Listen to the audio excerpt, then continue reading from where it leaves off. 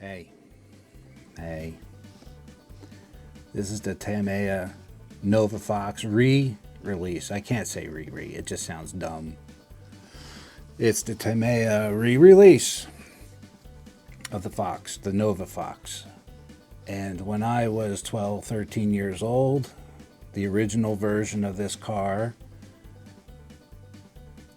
I was excited about it. I worked hard to pay for that car out of my own pocket because mommy and daddy wouldn't buy me that kind of stuff. In those years, there might have been upgrades available, but I highly doubt there were. And if they were available, they were probably very expensive. I remember going to the hobby store because there wasn't an internet at the time. You had to rely on the owner of the hobby store and his knowledge of what was available or what showed up at his store. Anyway, in those days, I also had the Hornet. And I went out and I bought these anodized blue Nerf bars. Those were like $23. And that was in the 80s, so that was like way expensive, you know. And I got new tires for it, and there's another $25. It's just expensive. So these days, I and my son built these Novafox cars, and I'm going through them, and I'm like, they still suck. Tamiya did not change anything in the re-releases. Now, if you compare the re-releases of Tamiya to Kyosho, Kyosho went and modified their chassis, and to make them available or to accept the newer, higher power brushless motors, a different position for the ESC because they don't need that rheostat thing anymore. Remember the servo controlled rheostat for the throttle? So all that space was freed up, but Tamiya didn't do it. They left all kinds of dumbness in the tub chassis. I just threw it out. I couldn't stand it. You couldn't use it for anything except for a little tiny ESC. Well, in this car, I'm going to give you a list of what I've done to upgrade it. We'll start with the aluminum chassis that we got off eBay, aluminum wheels that we got off eBay. We have the Tamiya rear sway bar also off of eBay. We got upgraded and modified steering bell crank, which I think is out of a Traxxas 10th scale, whatever. And different turnbuckles. Those are both off of Amazon. Fast eddy bearings, I got those through Amazon. Proline wheel tires for the front, got those off of Amazon. Tamiya rear tires, I got those off of eBay. The Futaba 9253 I've had since 2003 when it was in the helicopter, and it's a great servo.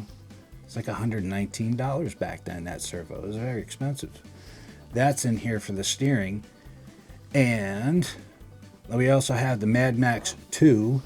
That's a 2 to 4S programmable ESC, which is very cool because the Mad Max ESCs, you can use your phone to connect to it and change your settings right there. You don't have to do the thing that Castle Creations does, where you have to have a wire and you have to connect the laptop to the wire. Or they do have a phone application and the B something that will connect to your phone, but it never worked properly for me. And that was with both Android and Apple phones. It never worked properly. This works properly with the application. I found out later that the Hobbywing ESCs do similar with a Bluetooth application to control and program the ESC. I was going through both of them, and in a different video I'm going to show you the differences because there are a lot of differences, but I have contacted the Mad Max people over in China, and they swear up and down that it's not the same as the Hobbywing. But there are a lot of similarities. So, what else have we done? We got the chassis, the wheels, the bell crank, the turnbuckles, fast eddy bearings, tires. Tamiya rear tires, those are off of eBay. The servo 2-4S ESC in the rear sway bar. A good portion of that time was unfucking up the steering on this car. The steering, if you do it out of the book, a lot of guys will not agree with me. It was set up to the book, to the instructions, and it sucked. It was just horrible. I was tired of it was just floppy. The tracking was horrible. And when I came here and I put it on my desk and I'm looking at it and I'm like, man, the geometry is all dumb. So when you get this aluminum chassis, it has the ability to, you could drill holes, whatever, tap holes, because it's aluminum. I think it's sintered aluminum, like it's that pressed steel. You put the powder in, they press it. I don't think it's milled at all, but it looks sintered. So I was able to modify it with these parts I got off Amazon and put things in a better geometry with stronger connecting rods, beefier ball joints on both ends, and rearranged the servo. Put my ESC more forward with the steering servo is like up here instead of back here with the servo up here. You know, the ESC, I had it back here under the cabin. Now it's up here. So those modifications also make it so that the front end stays down, because when you add power, the front end just comes up and you can't control it. It's already very light in the front. Why? Better distribution. You couldn't do that with the original chassis from this model because of how it was molded. It was just a suck fest, and I got fed up with it. I'm like, okay, let's get the aluminum chassis. So here it is. I'm going to show you pictures in this video of how I came about the design or the modifications and the final product of my steering modification for the Novafox.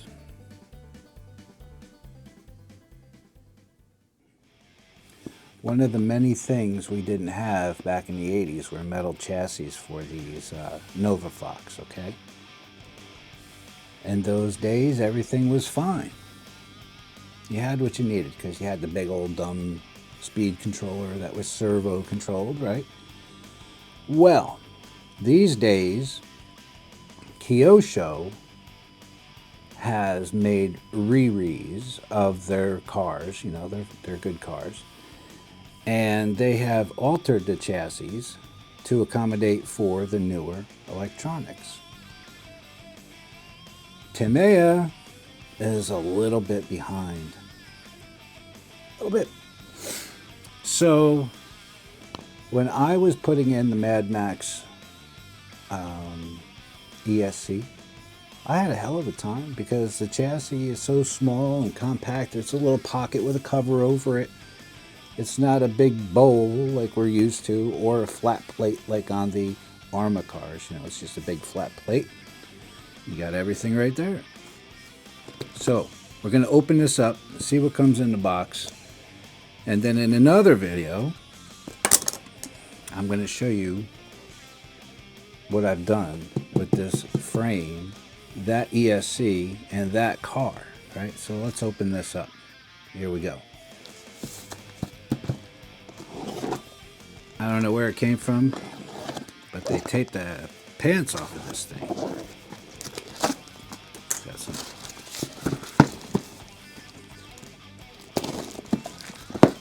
And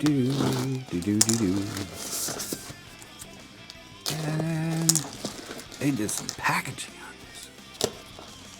I bought it off of eBay. There's a company on there, or a seller, or I don't know, that had these frames.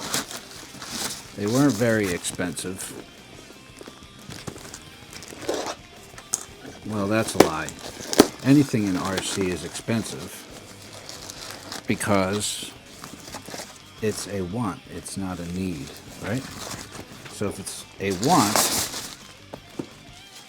here, hold that for me. It's an expense. If it's food, it's a need. So these are things that I wanted. Comes like this, all right?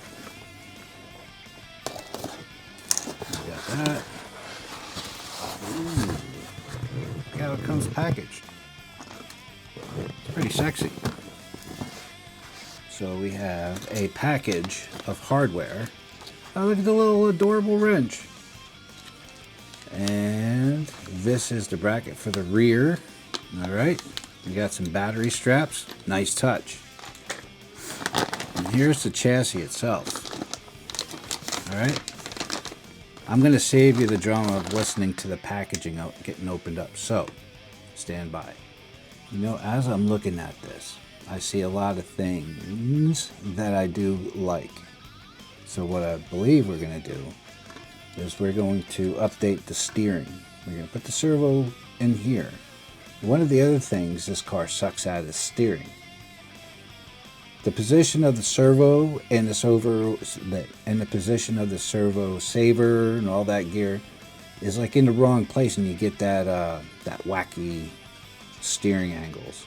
We're going to try to fix that with a bell crank, similar to the one that's in an RC10. We're going to put it down in there, and we're going to be fine with that. Okay. Anyway, this is what you get with that aluminum Novafox chassis off of eBay. It took me, I think it was like 9 days from the time I ordered it until the time it was delivered to my house. And now we're going to put it together in another video. All right, the Novafox aluminum chassis off of eBay. So I've taken it out of the plastic packaging, and it's a very nice chassis. You can do a lot with this. What matters is what you can do in here. All right, because the old style molded chassis was such a pain in the ass to deal with. Let's see, do I have a battery pack here? I do not have a battery pack here. However, we do have an ESC. So I just happen to have an ESC from the Mad Max company over there in China. Okay, we'll take it out of the box, and it's all nice and wrapped up. Just came out of the box. All right, so motor's going to be back here on the right hand side. This car, the way it's designed with the battery in the back side, all right, there's hardly any weight up here at all. Everything's in the back, and all it wants to do is wheelie. It's really annoying. So the motor wires that come on a Castle Creations motor are long enough for me to put the ESC up here towards the front, have the battery here. I can tuck the receiver any old where because it's that small. I mean, this is the receiver right here. A new one. This has gyros in it. It's not brand new. I think they've been out with Fly Sky for about 1.5 years.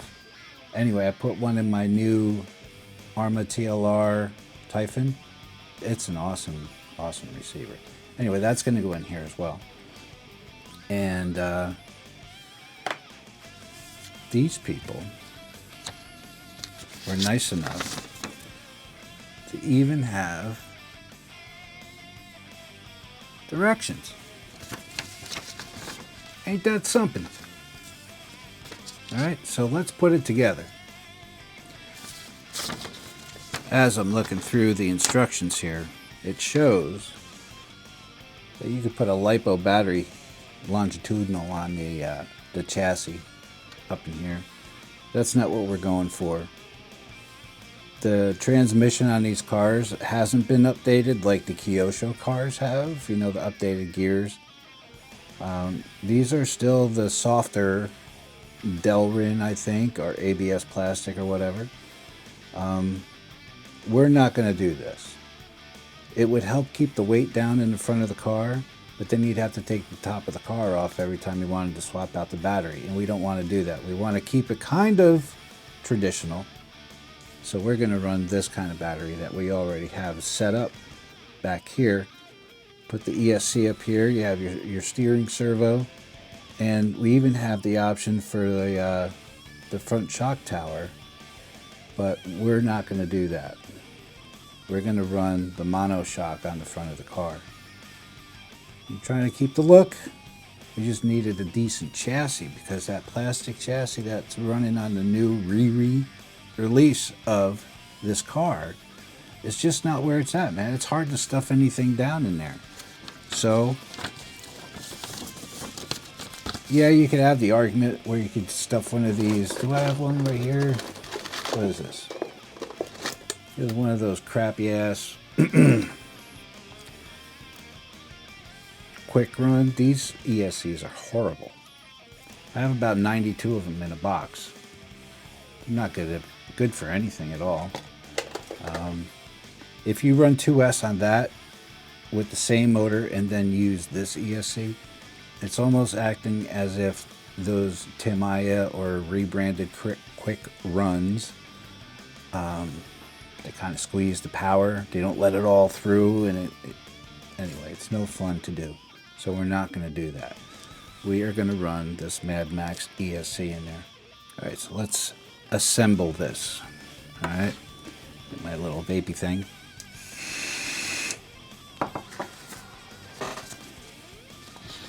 We're going to assemble this here aluminum chassis. All right, so what we don't have are the front shock towers to make dual shocks. We said in the last video that we were just going to run it kind of how it's supposed to be. Try to keep true to its form, right? You don't need the battery straps right now. So we're going to put those aside. We're going in the bin of shame over there. The first thing I want to put on is the back brace.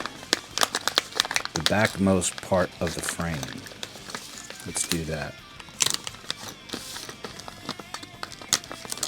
It would put it in more context, I suppose.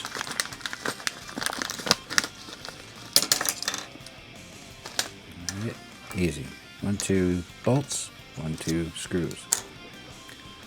And these are going to be this size. Here we go. Need this. And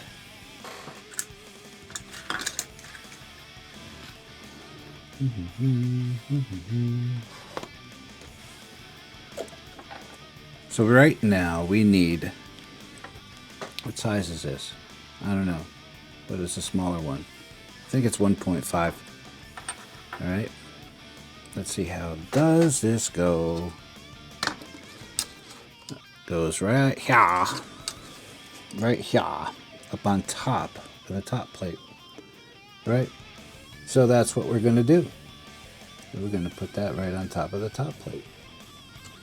Bada bing, bada boom. So we can take these bad boys off. Doo-doo-doo.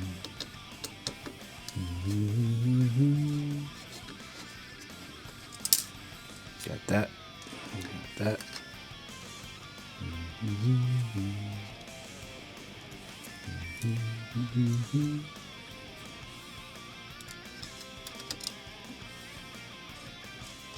I don't know if I like this, but it's threaded. I'd prefer to have had longer screws with a lock nut on the bottom. But that's just me. Come on, come on. There we go. Find the hole.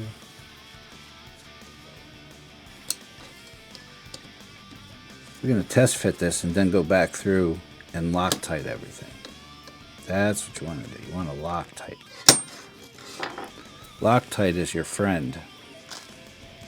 All right, this next thing that we're going to attach are the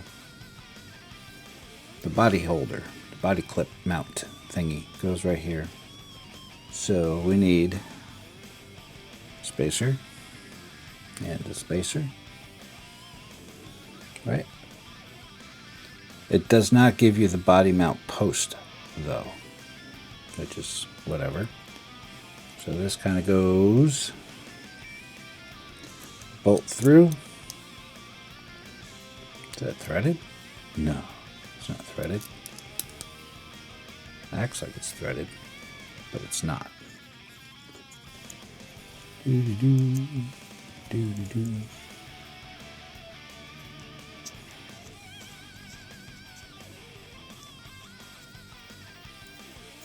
They're smaller. Yeah, that'd be done to use that.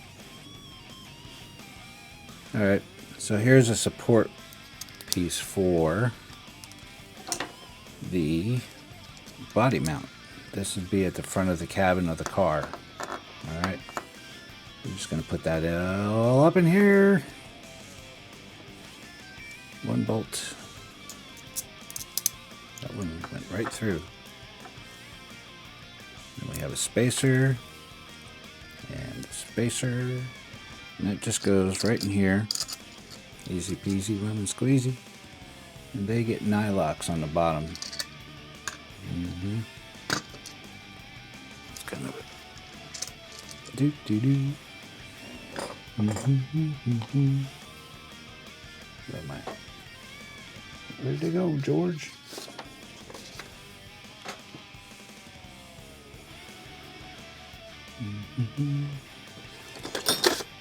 What we can do is use a magnet. Right. So you take your magnet and get it started on the threads.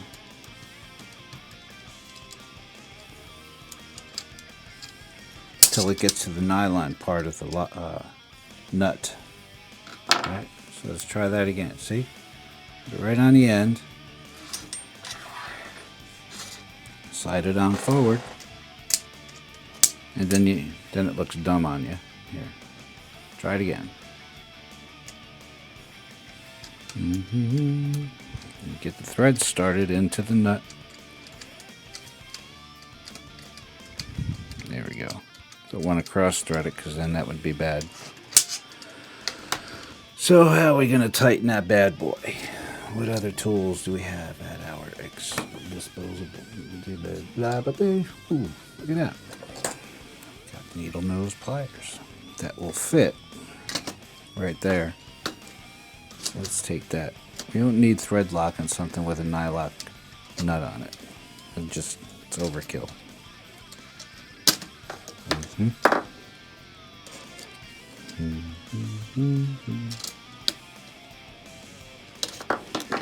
we go, that's one side. Towards the back of the slot. Do the same on this side. Hold tight.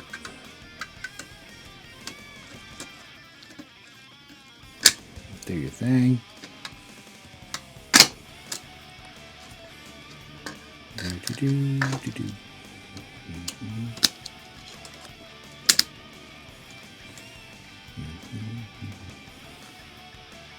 Nice and tight.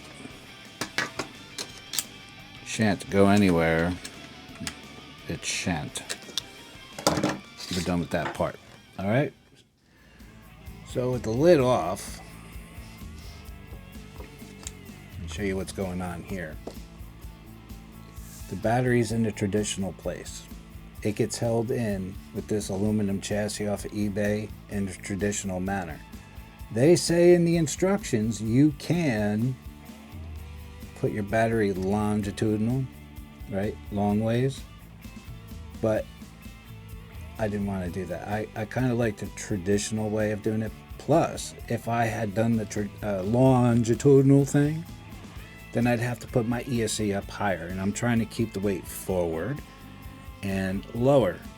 So it's also a good thing to see. Let me power this up and show you the steering actually actuating. All right, we're going to turn this bad boy on. Yeah, I know. Then Put this baby on. You got this, see? It works. Using the Fly Sky Noble NB4, all updated with the newest stuff. You don't need the Pro if you buy this. It does almost exactly what that does. Anyway, here's the steering working, see?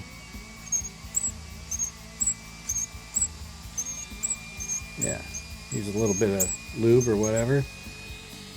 I haven't adjusted the end points yet, but it is centered mechanically, and it's working fine. The other thing that's important is it got rid of the steering bump. Let's do it this way. See, the steering a bump steer.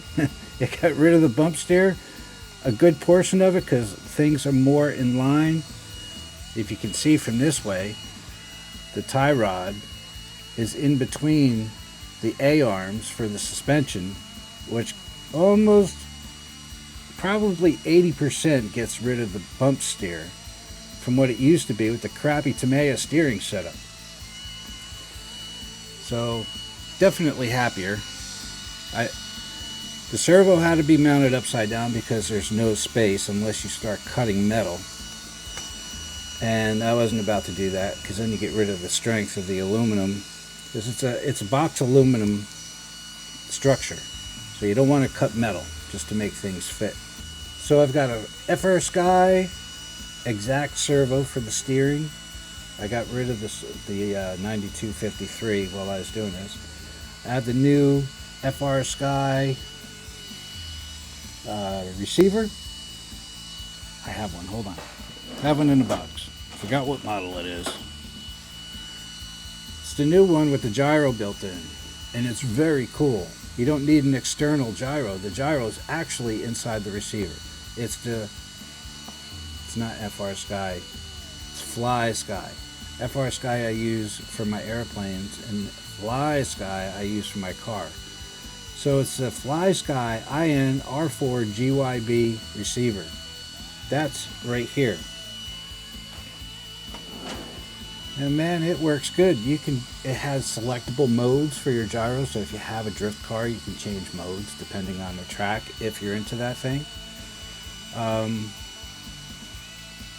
Got the Mad Max 2 ESC in there, and regular LiPo battery, 2-cell.